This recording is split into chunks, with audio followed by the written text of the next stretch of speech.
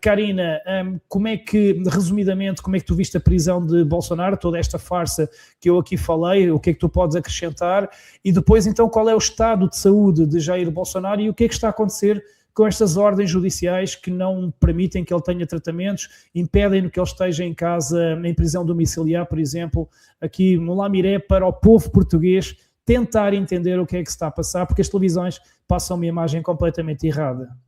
Sim. Pela primeira vez na história, nós estamos assistindo à prisão, à condenação de um ex-presidente da República a 27 anos de prisão por um golpe de Estado, um suposto golpe de Estado, um suposto golpe que nunca aconteceu, quando o ex-presidente do Brasil, Jair Messias Bolsonaro, estava em Orlando, já havia passado o comando do Brasil nas mãos de Lula, o Lula já havia o comando do Exército, de todas as Forças Armadas, de todo o seu entourage, né, político, todas as instituições já estavam nas mãos de Luiz Inácio Lula da Silva no fatídico 8 de janeiro. Então, nós estamos falando de um ex-presidente que no Brasil não estava, que já havia passado o comando e que, mesmo assim, foi condenado a 27 anos de prisão por um suposto golpe de Estado. Um golpe que nem mesmo a Suprema Corte brasileira conseguiu comprovar, de fato, que ele aconteceu, porque o processo foi todo baseado em suposições. Se tivesse acontecido, se tivesse ido, aqui temos uma percepção que poderia haver acontecido algo, enfim, foram coxas de retalhos construídas através de mensagens de WhatsApp trocadas entre a governança ali de Jair Messias Bolsonaro no momento, pessoas que estavam ligadas a Jair Messias Bolsonaro,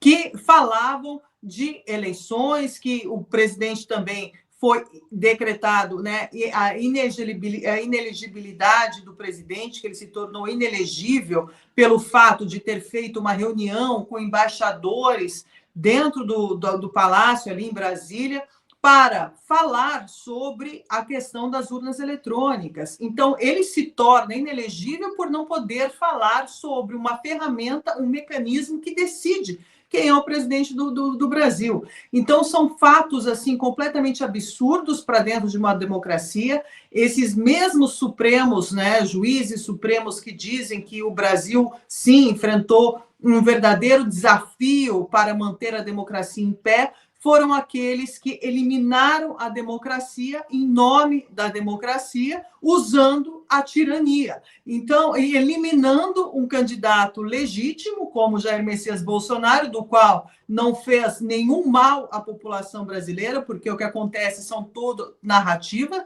você pode gostar, pode não gostar de Jair Messias Bolsonaro, mas se tem uma coisa que ele não foi, é corrupto, não roubou o Brasil, entregou tudo aquilo que ele podia ter entregue, inclusive durante a pandemia, quando o mundo inteiro parou, quando o mundo inteiro entrou em colapso, ele conseguiu entregar uma economia brasileira no azul, com superávit, coisa que não acontece no governo Lula e nunca aconteceu. Agora, ele sofre um tratamento completamente injusto, persecutório, ele está praticamente em uma cela, uma solitária, isolado, depois de 12 cirurgias, porque não podemos esquecer que em 2018 o presidente Jair Bolsonaro sofreu um atentado, ele teve um militante do PSOL, que é um partido da oposição, super esquerda, ultra esquerda,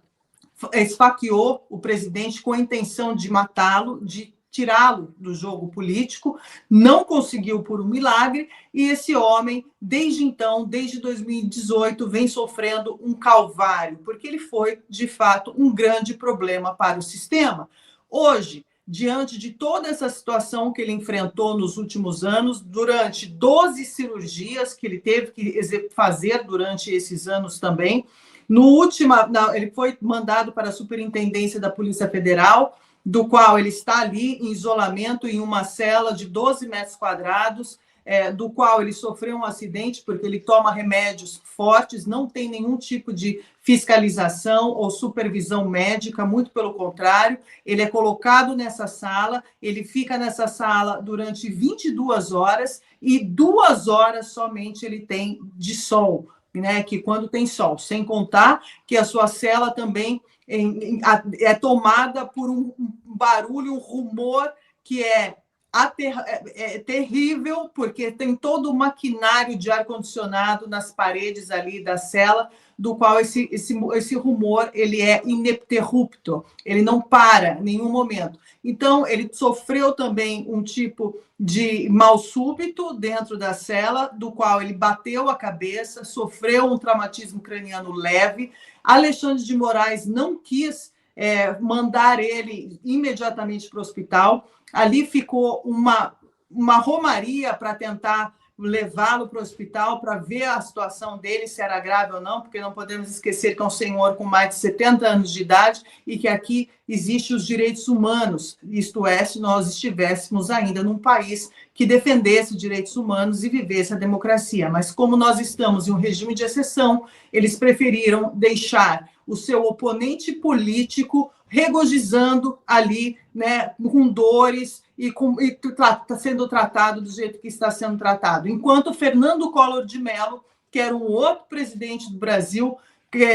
ali foi também condenado, né, pela justiça brasileira, a prisão de 12, 13 anos de prisão também, se eu não me engano, ele pegou. Só que o Fernando Collor de Mello, diferentemente de Jair Messias Bolsonaro, cumpre o seu regime em regime domiciliar, com a sua tornozeleira eletrônica, enquanto o Brasil inteiro e os advogados de Bolsonaro pedem incansavelmente por uma prisão humanitária, que era o mínimo que ele deveria ter, mas isso continua sendo negado até hoje por Alexandre de Moraes.